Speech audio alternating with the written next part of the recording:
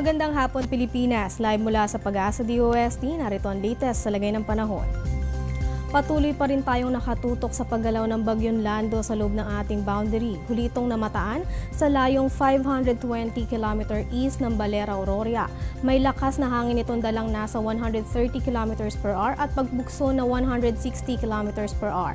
Tinatahak pa rin ng Bagyong Lando ang direksyong pakanluran sa bilis na 15 km per hour. Ayon sa Pag-asa, maaaring maglandfall ang Bagyong Lando bukas ng gabi o sa linggo ng umaga sa Isabela, Aurora area.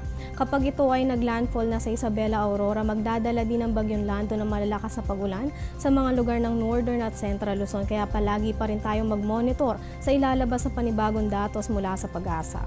Nakataas naman ang Public Storm Warning Signal number 2 sa Aurora at Isabela.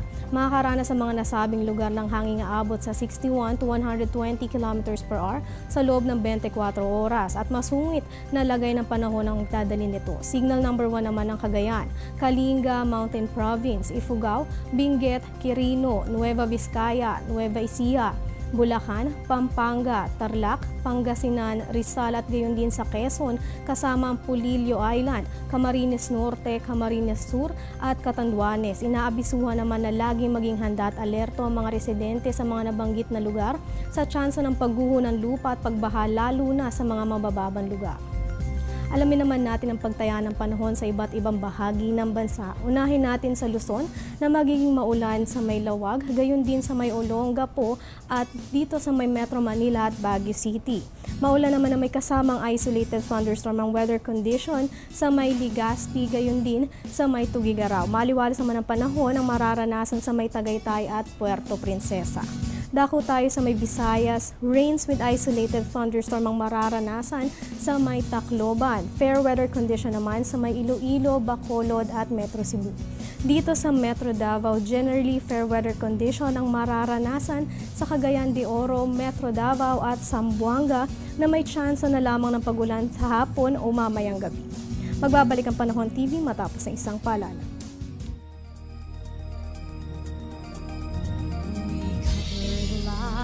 Of all the people, the news that you read comes alive in each page.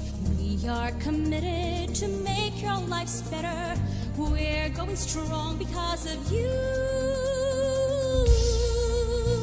Cebu Daily News.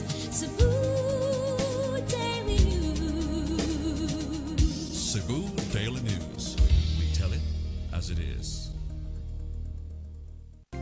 Dahil sa papalapit na Bagyong Lando sa Isabela, Aurora na magdadala ng malalakas na pagulan, dapat lagi tayong handa at alerto bago dumama ang bagyo sa ating lugar. Narito ang ilang tips sa Be Safe. Kada taon, higit kumulang sa 20 bagyo ang pumapasok sa Philippine Area of Responsibility. 8 hanggang 9 dito, tumatama sa lupa at nagdudulot ng mga storm surge, pagbaha at landslide. Kaya dapat be safe bago bumagyo. Alamin ang emergency hotlines, ihanda ang survival kit, alamin ang public storm warning signal ng Pag-asa at makibalita sa lagay ng panahon. Ilagay sa selyadong lalagyan ang mahahalagang dokumento. Ipaayos sa mga sirang bahagi ng bahay. Siguraduhin may load at fully charge ang mga cellphone. Alamin kung saan ang evacuation area at lumikas kapag inabisuhan. Tandaan ang kaligtasan na paghahandaan. At yan ang latest sa lagay ng panahon. Manatiling nakatutok sa Panahon TV kung saan walang pinipiling panahon ang pagbibigay impormasyon. Ako po si Rachel Pelayo. Magandang hapon.